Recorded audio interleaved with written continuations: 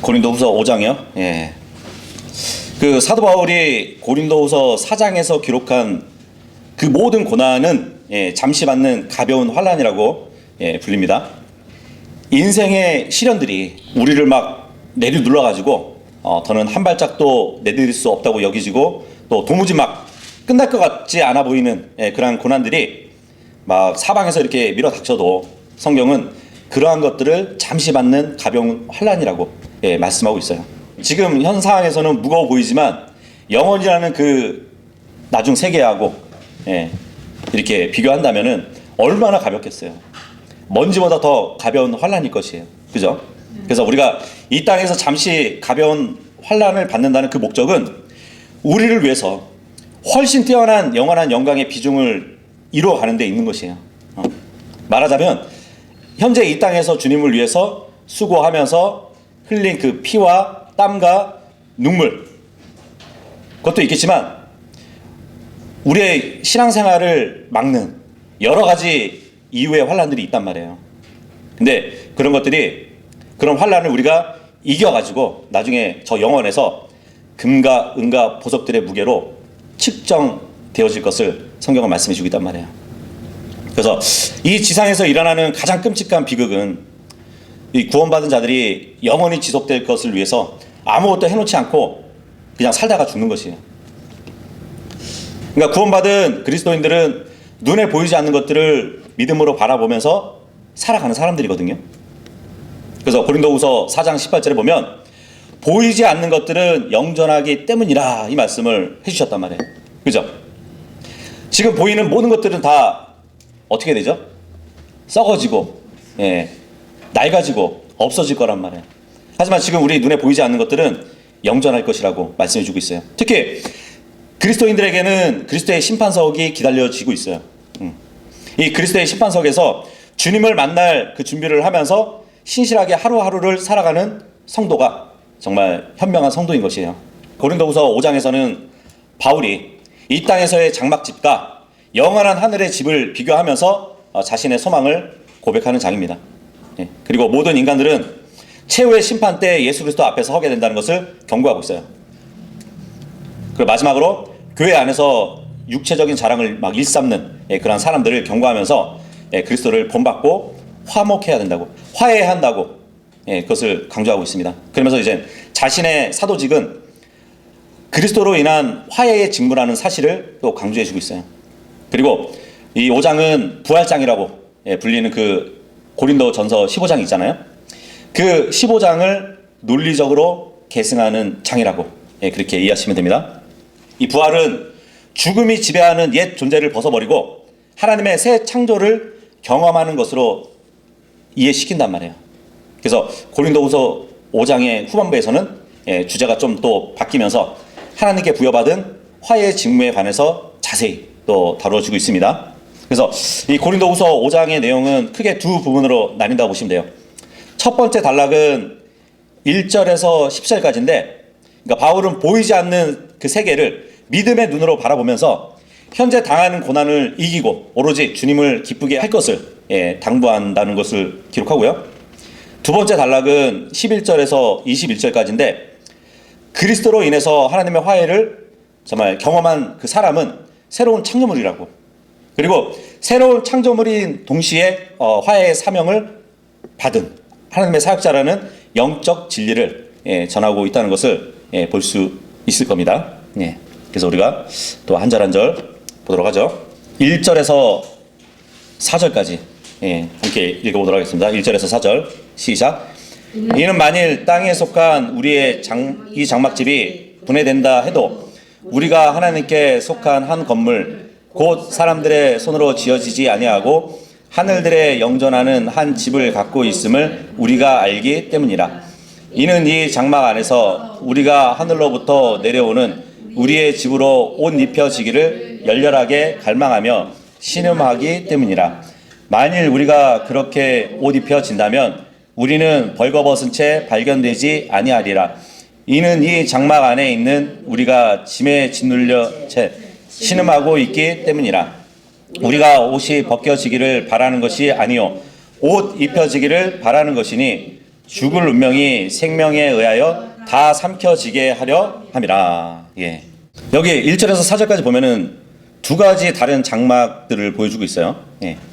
사도 바울이 언급한 장막은 성도의 몸이에요.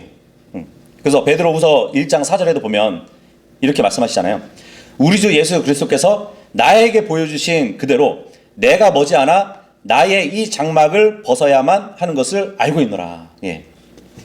장막을 입고 있대요. 그 장막이 곧 몸인 것이죠. 아무리 사람들이 이제 장막을 세운다 할지라도 그 세운 장막은 결국 무너지게 되어 있어요. 그죠? 우리가 텐트를 쳐도 나중에 텐트를 접잖아요. 성도의 몸 또한 나중에 분해가 된다고 합니다. 예.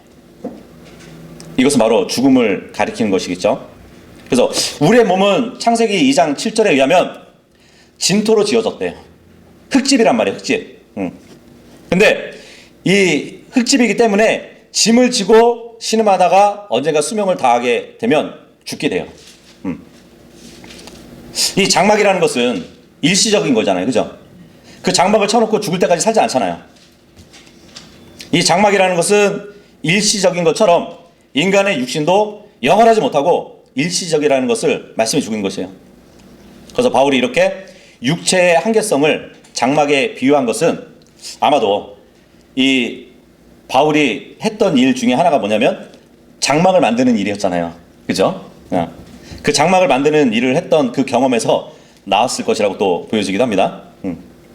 하지만 우리에게는 하나님께서 지으신 집, 손으로 짓지 않은 하늘에 있는 영존하는 집이 있기 때문에 소망이 있대요. 예. 우리의 혼은 이 진흙집에 있지만 그 진흙집에서 빠져나와서 영원한 새 집으로 들어가게 될 것이래요. 이 영존하는 새 집으로 들어가는 일, 예, 이것은 장막집이 분해되자마자, 그러니까 죽자마자 즉시 일어나잖아요. 그러면 즉시로 새 집 안으로 들어가는 것이에요. 근데 이제 우리가 주의할 점은 지금 고린도후서 5장 1절에서 언급하는 이 영존하는 집은 예수님께서 제자들에게 약속하셨던 하늘의 처소, 내가 하늘에 가면 너희들을 위해서 처소를 마련한다 했을 때에 그 처소를 가리키는 것이 아니에요. 그리고 우리가 휴거될 때 새 몸을 입게 되잖아요. 그 부활의 몸도 가리키는 것이 아니에요. 지금 그리스도인이 현재 입고 있는 이 장막집은 죽음으로 인해서 언제든지 무너질 수 있잖아요. 근데 그 죽음 이후에 임시로 우리가 새 집을 입게 될 것이에요. 만약에 주님이 오시기 전에 우리가 죽어요. 그러면 부활의 몸을 입게 되지 않잖아요. 그 중간에는 옷을 입고 있어야 되는 것이에요. 셋째 하늘에 올라가면 부활을 기다리는 그 사이에 입고 있을 그 옷을 말씀해 주고 있는 것이에요. 그래서 우리가 혼이라는 것도 혼도 옷을 입어요. 예, 혼도 옷을 입는다는 것을 이해하시면 됩니다. 다시 말하면 현재 셋째 하늘의 낙원에 가 있는 신약 성도들은 모두 죽음과 부활 사이에 과도기적인 그 사이에 있단 말이에요. 근데 어떤 몸을 지금 입고 있다는 얘기예요. 그래서 하나님께서 죽음과 부활 사이에 성도들을 덮어 씌울 어떤 것을 갖고 계신데, 먼저 잠든 신약 성도들은 그 집에 들어가 있다고 말씀해 주고 있는 것이에요. 그 집에 들어가 있다가 교회의 휴거 때에 비로소 부활의 몸을 갖게 될 것이라는 말씀을 해주고 있는 것이에요. 데살로니가전서 4장 14절에서 17절에 따르면 하나님께서 그리스도 안에서 잠든 성도들을 그리스도와 함께 데려오셔가지고 그 성도들을 먼저 부활의 몸으로 변화되게 하실 것이란 말이에요.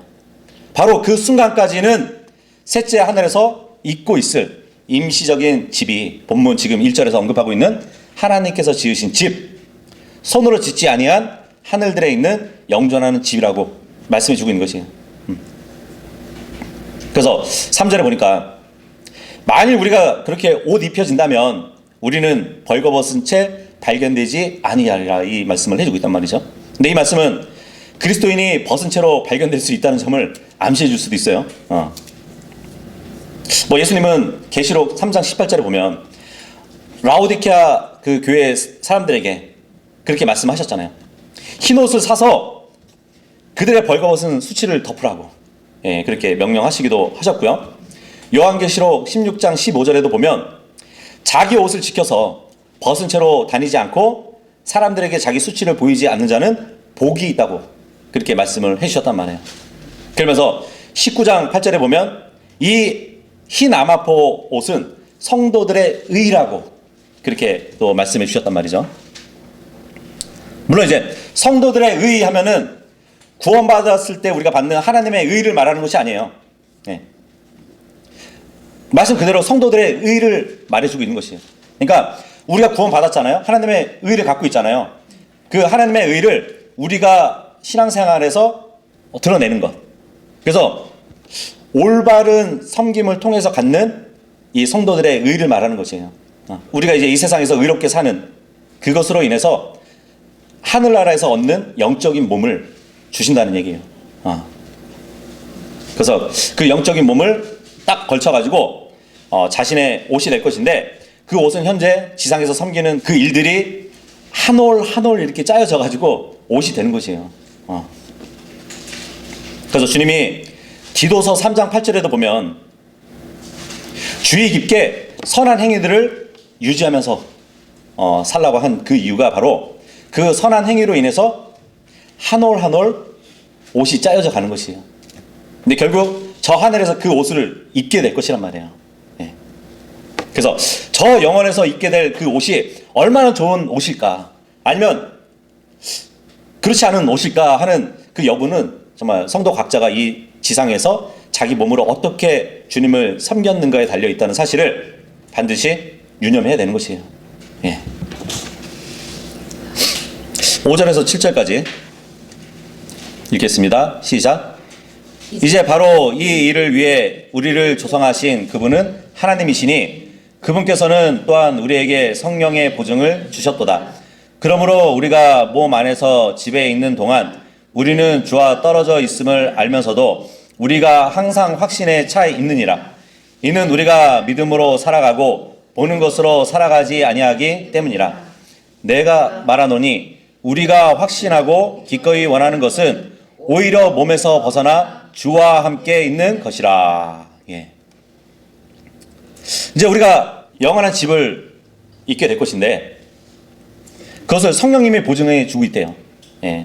5절에서 8절까지 보면 구원받은 성도가 2절의 말씀 기록대로 영전하는 집을 있게 될 그 날을 간절히 바라는 것은 그때가 되면 머릿속에 떠오르는 것에 대해서 전혀 걱정할 필요가 없게 되기 때문이에요. 뭐 생각하고 말하고 행동하는 그 모든 것이 이 지상에서는 맞고 틀릴 수가 있지만 저 하늘에서 우리가 영전하는 집을 딱 있게 되면 어떠한 행동을 할지라도 옳은 행동을 할 수밖에 없게 돼요. 그래서 그때는 누구도 우리를 정죄할 수 없게 됩니다. 예. 그래서 마침내 세상과 육신과 마귀가 더 이상 우리와 주님의 관계를 해치거나 그 일에 영향을 줄 수 없다는 것이에요. 그래서 그리스도인이 미래에 있게 될 그 새 집을 이루신 분은 또 하나님이시래요. 그죠? 하나님께서 하신 일은 영원하시기 때문에 그 몸에 관한 성도의 운명도 확정되어 있는 것이에요. 성령님께서 보증을 해주셨다고 표현을 하고 있는 것이에요. 그 성령님이 지금 어디 계시죠? 우리 안에 계시잖아요. 우리 안에 내주에 계시는 성령님께서 장차 우리가 경험하게 될 그 새 몸의 변화에 대한 증인이 되신대요. 고린도후서 1장 22절에도 말씀하시죠. 그분께서 또한 우리에게 인장을 찍으셨고 우리의 마음속에 성령의 보증을 주셨느니라. 그리고 에베소서 4장 30절도 보면 그리고 하나님의 거룩한 영을 비통하게 하지 말라. 그분으로 말미암아 너희가 구속의 날까지 인장을 받았느니라 그러거든요. 그리고 빌립보서 1장 6절에 따르면 하나님께서 현재와 미래에 있어서 그분의 위대한 일들을 완수하실 것이라는 그 증거가 바로 우리 안에 영원히 내주해 주시는 성령님이시라고 말씀해 주고 있어요. 네. 그래서 우리 안에 내주해 주시는 성령님의 보증은 구원의 영원한 보장에 관한 핵심적인 진리가 되는 것이에요. 그래서 그리스도인이 성령님의 보증을 통해서 갖게 되는 그 자신감은 비록 지금은 주님과 물리적으로 멀리 떨어져 있어도 어느 날 우리의 혼이 이 몸에서 떠나면 주님과 영원히 함께 될 것이라는 데 있는 것이에요. 물론 영적으로는 주님과 한 영이지만 물리적으로는 그렇지 않기 때문에 주님과 위치적으로 함께 있기 위해서는 혼이 몸을 떠나서 주님께로 가야 되는 것이에요. 그죠? 그래서 우리가 이 일을 확신할 수 있는 것은 우리 안에 계신 성령님께서 우리의 영에게 말씀해 주시기 때문이에요. 그래서 그리스도인이 자기가 죽으면 어디로 갈 것인지를 알 수 있다는 것은 그 사람 안에 계신 성령님께서 직접 말씀해 주시기 때문인 것이에요. 근데 영이 거듭나지 않은 사람들은 이런 일이 절대 일어나지 않죠. 우리 성도들은 믿음으로 살아가고 보는 것으로 살아가지 않기 때문에 이 모든 영적 진리를 오직 믿음으로 확신할 수 있는 것이에요. 그죠?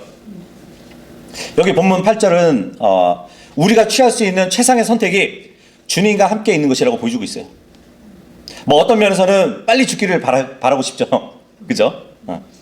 빨리 죽어서 주님과 영원히 함께 있고 싶은데 이 영적인 자살 성향은 정말 구원받고 저 하늘에 소망을 두는 사람이라면 빨리 죽어서 주님과 함께 있고 싶다.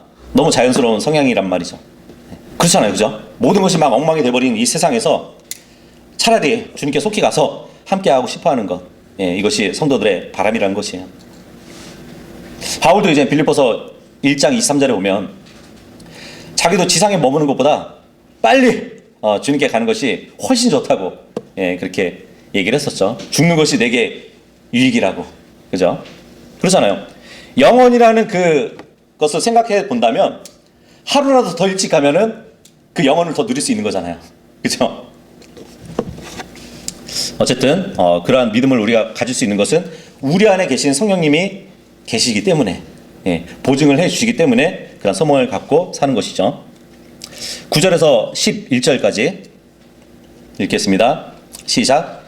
이런 이유로 우리가 수고하노니 주와 함께 있든지 떨어져 있든지 간에 우리가 그분께 기꺼이 받아들여지고자 함이라. 이는 우리 모두가 반드시 그리스도 심판석 앞에 나타나야만 하기 때문이라. 이는 선이든 악이든 각자 자신이 행한 것에 따라 자기 몸 안에서 이루어진 것들을 받게 하려 함이라. 그러므로 주의 공포스러우심을 알기에 우리는 사람들을 설득하노라. 그러나 우리는 하나님께 명백하게 나타났느니라. 그리고 내가 너희의 양심들 속에 명백하게 나타났음을 신뢰하노라. 자, 우리가 하루속히 이 몸을 떠나서 영원한 집을 잊고 주님과 함께 살기를 원하는 그 이유가 있기 때문에 그 이유로 인해서 우리가 수고한다고 사도 바울이 얘기하고 있어요. 그리스도를 위해서 수고하는 이유에 대해서 지금 9절에서 12절까지 말씀해 주고 있는데 그리스도인은 예수 그리스도를 기쁘시게 해드리려고 애쓰는 사람들이에요. 그죠? 왜냐하면 자기가 죽으면 어디로 갈 것인지 알고 있기 때문에 주님을 기쁘게 해드리는 삶을 살아가고 있는 것이거든요. 우리가 저 하늘나라에 가면 제일 처음으로 마주하게 되는 것은 그리스도의 심판석이에요. 우리는 그리스도의 심판석 앞에 나아가서 심판을 받는 그 사실을 알고 있기 때문에 그 아는 것을 실행에 옮기는 것은 참된 믿음인 것이거든요. 야고보서 4장 17절에 보면 그러므로 선을 행할 줄 알면서 그것을 행하지 아니하는 자에게는 그것이 그에게 죄가 되느니라 이 말씀을 하고 있어요. 우리 어떤 불법을 행하고 어떠한 잘못된 일을 행해서가 물론 그것도 죄지만 뻔히 선을 행할 줄 알면서도 행하지 않는 그 죄도 있대요. 그래서 장차 그리스도의 심판석에 설 것을 믿는 성도는 이 지상에서는 육신을 위해서 살지 말아야 되는 것이에요. 로마서 13장 14절에도 바울의 권면이 있죠. 오직 너희는 그리스도 예수 그리스도로 옷 입으라 그래요. 그리고 육신의 정욕들을 실현하려고 육신을 위해서 기회를 제공하지 말라. 그렇게 말을 합니다. 그리고 골로새서 1장 10절에서도 모든 일에 주께 합당히 살아가고 그분을 기쁘게 해드리도록 살라. 이 말씀을 해주고 있어요. 그래서 고린도후서 5장 9절을 우리가 읽어봤듯이 그리스도의 심판석에서 정말 누가복음 19장 17절에 보면은 파운드 비유에 보면은 그 이윤을 잘 남겼던 종에게 하신 말씀이 있죠. 잘했다 선한 종아. 그죠? 그런 말씀을 듣기 위해서는 이곳 지상에 사는 동안에 그리스도인으로서 항상 주의 일을 넘치게 해야 되는 것이에요. 네. 그래서 그리스도의 심판석은 모든 그리스도인들이 자기 몸으로 행한 것들을 상으로 받는 그러한 심판을 받는 자리가 될 것이란 말이에요. 이 그리스도의 심판석을 이제 뭐 천년왕국 끝에 있을 백보자 심판으로 이렇게 보는 사람들이 있는데, 그 백보자 심판이 아니에요. 교회가 휴거된 이후에 셋째 하늘에 있을 그리스도인들에 대한 심판을 얘기하고 있단 말이에요. 여기서 이제 제외되는 그리스도인은 단 한 사람도 없을 것이에요. 그래서 이 심판은 그리스도인이 거듭난 뒤에 자신의 구원자로서 예수 그리스도를 위해서 살았던 그 섬기는 그 삶을 다루는데, 순전히 자기 각자가 행한 것에 따라서 자기 몸으로 행한 것들을 상으로 받는 그때란 말이에요. 그래서 어떤 그리스도인이 자기 몸으로 행한 것이 선하다면 그 시험대에 불로 이렇게 불이 한번 싹 지나갔을 때 금이나 은이나 보석이 드러날 것이에요. 그러다면 그 성도는 상을 받고 왕관을 받고 천년왕국대에 다스릴 그 도시들을 받게 될 것입니다. 고대 시대에 금이나 은의 이 불순물을 태워버리는 그 일을 했던 사람들이 이 금속에 자기 얼굴이 반사되어 보일 때까지 그것을 뚫어지게 보면서 그 일을 했대요. 마찬가지로 이제 이러한 보석 같은 거 보면 다른 모양들이 그 거울처럼 이렇게 반사가 되잖아요. 보석에 딱 비춰보면.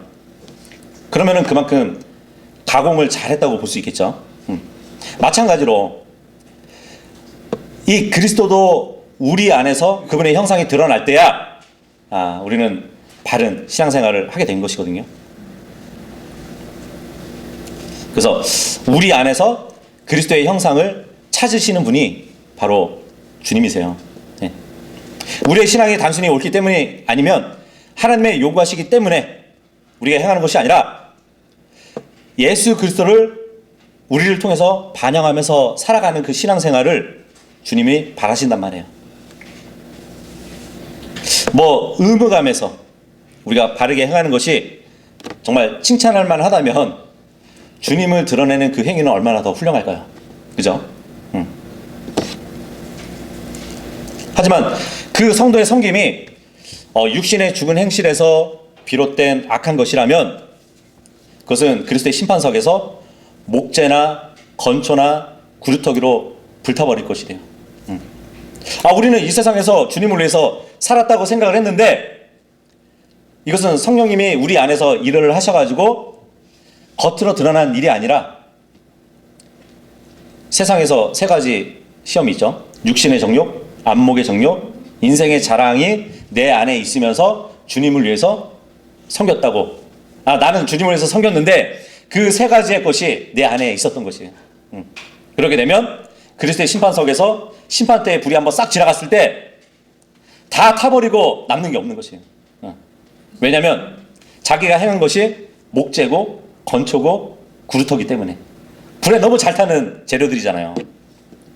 그래서 그 성도는 손해를 당해가지고 정말 구원만 간신히 받게 될 것입니다. 그래서 사도 바울이 지금 본문에 그리스도의 심판석에 관련해서 11절에 보니까 주님의 공포스러우심이라는 표현을 쓰고 있어요. 물론 시상식이기 때문에 우리는 기쁨의 장소라고 생각을 하지만 그 시험대에 올라갈 때는 주님의 공포스러움이 있다는 얘기예요.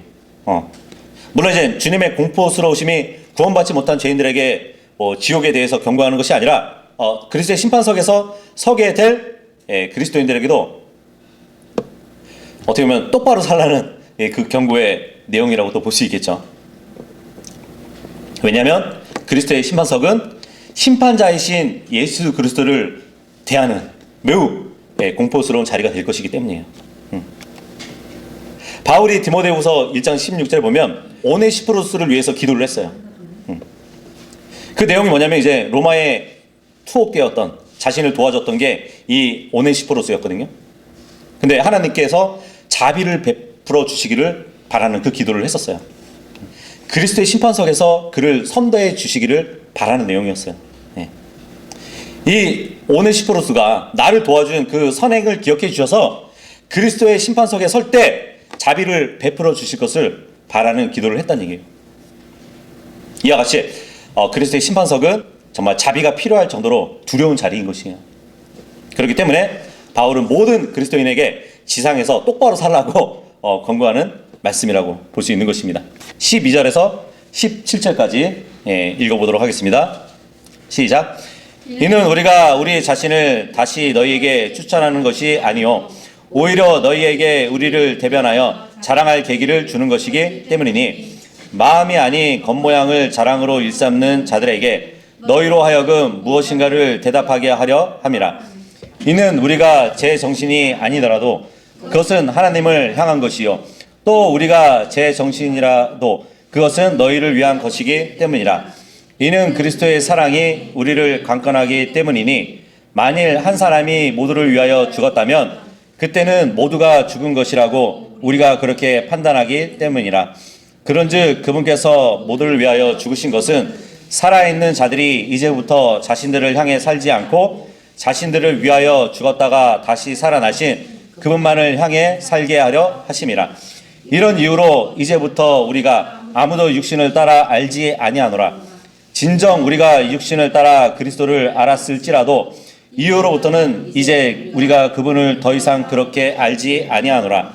그러므로 누구든지 그리스도 안에 있다면 그는 새로운 창조물이라.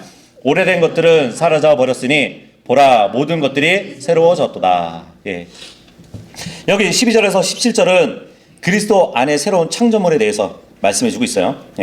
바울이 이제 앞서서 11절에서 이 어조를 딱 바꾸고 자신과 일행에 관해서 육신적으로 험담을 하고 다니는 그 사람들을 다루기 시작하고 있어요.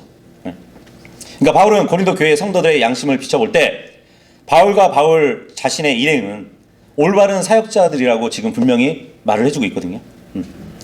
하나님 앞에서 우리는 떳떳하다. 이것을 말해주고 있단 말이에요. 그러면서도 이제 12절에 보니까 우리가 우리 자신을 다시 너에게 추천하는 것이 아니라고 말을 해주고 있는데 바울의 대적자들은 지금 자신들을 하나님 앞에서 추천한다고 하면은 자랑하는 꼴이 되는 것이라고 비난할 수 있기 때문에 지금 바울은 사전에 그러한 문제를 없애려고 너에게 추천하는 것이 아니다.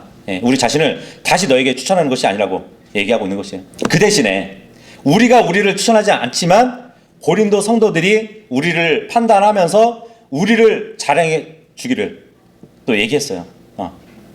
그리고 이제 막 바울과 일행을 대적하는 그 사람들에 대해서 그래 너희가 우리한테 미쳤다고 하면 우리는 하나님을 위해서 미친 자들이라고 얘기를 하고 있는 것이에요. 그리고 우리가 정신이 온전한다 할지라도 교회 성도들을 위해서 우리 정신이 온전한 것이라고 그렇게 또 말을 하고 있습니다. 또 이제 바울을 막 이렇게 외모를 보고 또 얘기하기도 했었죠. 외모도 형편없고 말도 굉장히 형편없다고 그렇게 판단했던 막 무시하면서 판단했던 그 성도들에게 그렇게 외모를 들어가지고 판단하는 것은 정말 어리석은 일이라고 말을 해주고 있어요. 그래서 하나님을 섬기고자 하는 그 성도들을 대할 때의 기준은 외모가 아니라 그들이 새롭게 된 새로운 창조물이라는 것을 근거로 삼아야 된다고 말씀해 주고 있는 것이에요. 같은 교회 성도지만 외모를 기준으로 삼아서 판단할 때가 많아요. 그죠? 하지만 그 판단이 기준이 아니라고. 예수 그리스도를 믿으면 누구든지 새로운 창조물이라고. 새로운 창조물로서 바라보라고 말을 해주고 있단 말이에요. 여기 16절에 보니까 사도 바울이 나는 육신을 따라 알지 않겠다고. 근데 이제부터라는 말을 쓰고 있는데 물론 이제 사도 바울이 이 편지를 쓸 때부터 나는 이제 육신을 따라 알지 않겠다고 이렇게 선언을 한 것이 아니라 예수님이 모든 사람을 위해서 죽으시고 부활하셨음을 깨닫고 난 그 후로부터 육신적인 판단의 기준을 버렸다고 말을 해주고 있는 것이에요. 물론 과거에는 그랬지만 지금은 사람과 그리스도를 육신을 따라서 판단하지 않는다고. 왜냐하면 예수님의 죽음과 부활에 동참하면서 나도 새롭게 태어났고 결과적으로 새로운 시각을 갖게 되었다고 그것을 말해주고 있는 것이거든요. 이 육신적으로 판단하는 것은 왜곡된 인간의 본성을 반영하는 것이에요. 그죠? 자기 중심적이잖아요. 그죠? 자기 어떤 아집과 자기의 이기적인 그 태도가 그러한 판단의 중요한 부분을 이루게 된단 말이에요. 어쨌든 그리스도께서 바울 자신의 죄를 위해서 죽으시고 부활하셨다는 것의 그 의미를 바울이 깨닫고 나서 더 이상 과거와 같이 육체적인 기준으로 판단하지 않게 되었다고 그것을 말해주고 있습니다.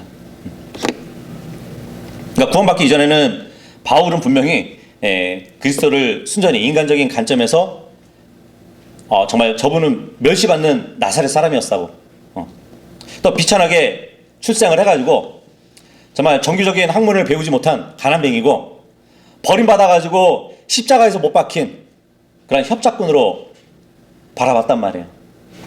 근데 이 시대 사람들도 동일한 실수를 저질러요. 지금 이 시대에는 그리스도에 대한 관점은 인본주의적인 평가들로 가득 차 있죠.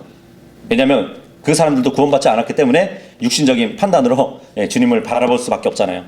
그래서 학자들이 예수님을 가리켜서 위대한 선생이라고 말을 하기도 하고요. 철학자들은 정말 예수라는 인물은 진리와 지혜의 애언자라고 그렇게 얘기하기도 합니다. 그리고 사회학자들은요, 그 위대한 사역 개혁자라고 그렇게 생각하기도 해요. 그리고 심리학자들은요, 인간의 본성을 정말 연구했던 심오한 학자가 바로 이 예수라고 그렇게 얘기도 합니다. 그리고 이제 신학자들은 세계에서 훌륭한 종교의 설립자 중 하나라고 그렇게 또 얘기를 해요. 4대 성인 중에 하나가 바로 예수 그리스도라고 그렇게 생각한단 말이에요.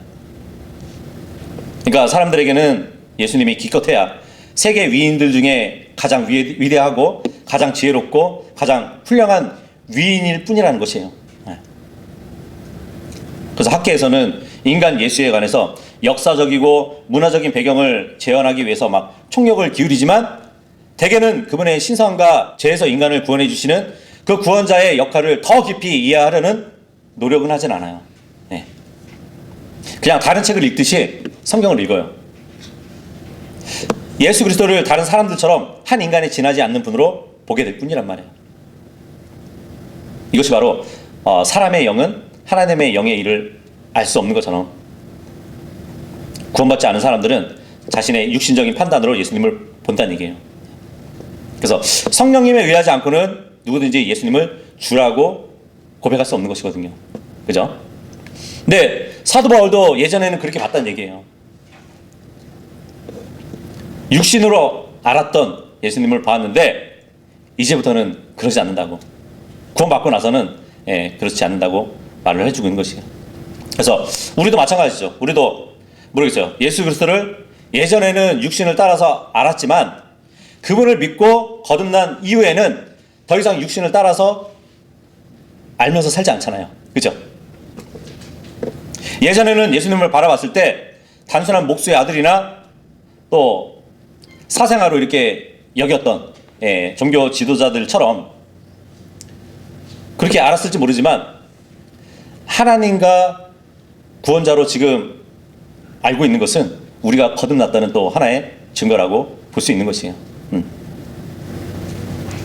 예수 그리스도를 믿고 거듭난 모든 성도들은 새로운 창조물이면서 그 하나님과 교제를 하면서 또 우리의 삶에서 그분을 위해서 헌신을 하면서 살아가는 것이에요. 그래서 우리가 새로운 창조물이 되었다면 정말 거듭나기 전에 좋아했던 육신적인 것들을 또 미워하고 전에 좋아하지 않았던 말씀과 기도, 경배, 찬양, 또 복음 전파, 또 성도들과의 교제를 즐거워하게 된 자신의 모습을 보게 될 것이에요. 그죠? 그러니까 새로운 영적인 성품이 우리 안에 있기 때문에 새로운 창조물이라고 불리게 되는 것이에요. 새로운 창조물인 이 그리스도인들 간의 교제는 그 본질도 육신적이게 되면 안 되겠죠. 우리가 서로 만나서 먹고 마시고 물론 잡담을 나눌 수 있지만 진정한 그리스도인의 교제가 될 수는 없어요. 잡담만 나누면. 그죠? 그래서 그리스도인의 교제 중심에는 늘 예수 그리스도와 그분에 관한 말씀이 있어야 됩니다. 예. 뭐 그런 교제에 있어서는 참 우리 교회가 감사드려야 할 것 같아요. 여기 본문 14절하고 15절을 보면 예수 그리스도께서 모든 사람을 위해서 죽으셨다는 그 사실은 존 칼빈이라는 이 신학자의 말대로 제한된 속죄의 교리를 반박해 준다고 볼 수 있죠. 이 장로교에서 대부분 가르치는 교리가 그거잖아요.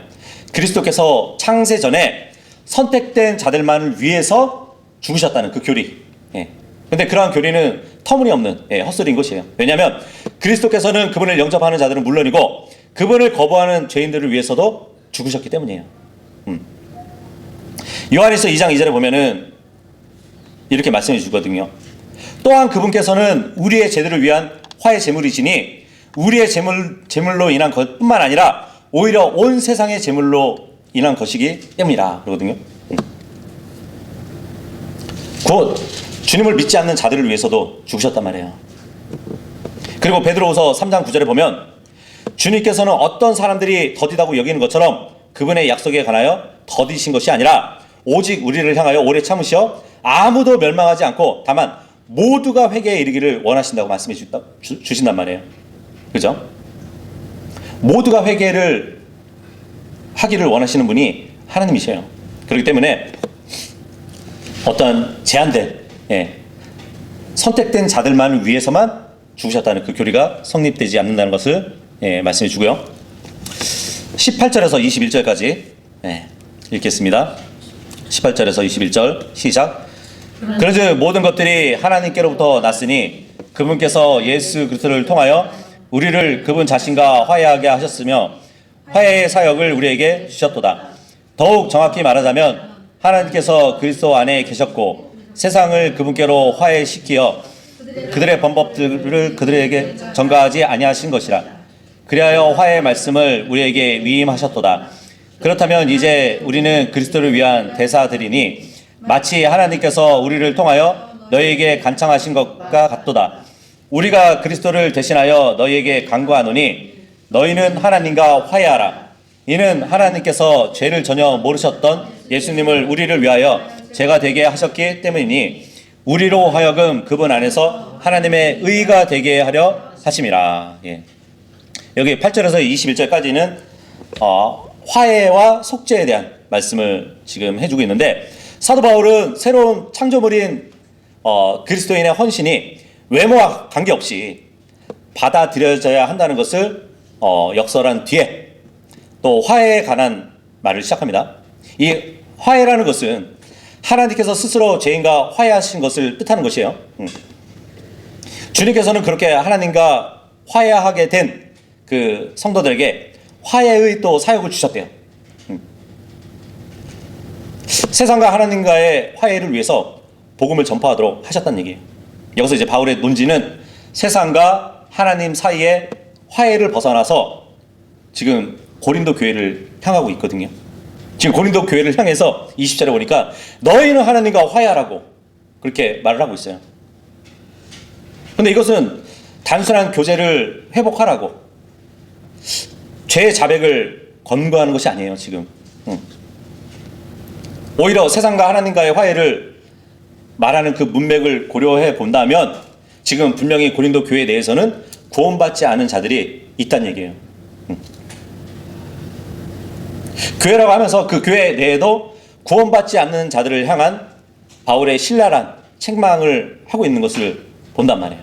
그리고 구원으로 초청을 하고 있는 것이에요. 이것은 뭐 곧바로 또 이어지는 다음 장 6장의 첫 두 구절을 보아도 분명히 알 수 있거든요. 고린도후서 6장 1절하고 2절 보시면 그렇다면 우리가 그분과 함께하는 일꾼들로서 또한 너희에게 간청하노니 너희는 하나님의 은혜를 헛되이 받지 말라. 이는 그분께서 말씀하시기를 기꺼이 받아들여지는 때에 내가 너희의 말을 들었으며 구원의 날에 내가 너를 구하였노라 하셨기 때문이라. 보라 지금이 기꺼이 받아들여지는 때요. 보라 지금이 그 구원의 날이라. 이 말씀을 하였단 말이에요. 그러니까 고린도 교회 내에서 바울의 외모를 막 비난하면서 자신의 육신을 자랑했던 자들이 있었는데 그들을 바울이 볼 때 거듭나지 않았던 자들이라고 판단을 한 것이에요. 네. 그래서 그들을 향해서 야, 이 죄인들아, 교회에서 그만 문제를 일으키고 구원을 받으라고, 그런 뉘앙스로 얘기하고 있는 것이에요. 이 거듭나지 않는 그 사람들이 지역교회 안에서 몰래 숨어 들어와가지고 성도인 척하면서 육신적인 문제를 일으키기도 하는데 그것을 지금 지적해주고 있는 것이란 말이에요. 근데 이런 점은 뭐 예전이나 지금이나 마찬가지로 모든 교회에 있는 요소들이에요. 그래서 그런 사람들은 모두 하나님과 화해해야 할 죄인들과 불과합니다. 죄인들에 불과해요. 21절을 보시면 이는 하나님께서 죄를 전혀 모르셨던 예수님을 우리를 위하여 죄가 되게 하셨기 때문이라고 그 말씀을 해주고 있거든요. 그러니까 이 구절은 하나님께서 죄를 알지 못하는 그리스도를 우리를 위해서 죄로 삼으신 것은, 조심하셔야 돼요, 하나님이 예수 그리스도를 죄인으로 삼으신 것이 아니에요. 죄로 삼으신 것이에요. 우리를 그분 안에서 하나님의 의가 되게 하시기 위해서 예수님을 죄로 삼으셨대요. 그래서 예수 그리스도께서는 십자가에서 너무나 밀접하게 죄와 동일시 되셨기 때문에 그분 자신이 사탄의 위치가 됐던 것이에요. 근데 예수님이 그것을 말씀하셨잖아요. 요한복음 3장 14절에 보면은 모세가 광야에서 뱀을 든 것 같이 그 장대 위에 있는 뱀이 바로 내가 될 것이라고 말씀해 주고 있었거든요. 그러니까 예수님께서 십자가 위에서 죄가 되신 것이에요. 저주가 되신 것이에요.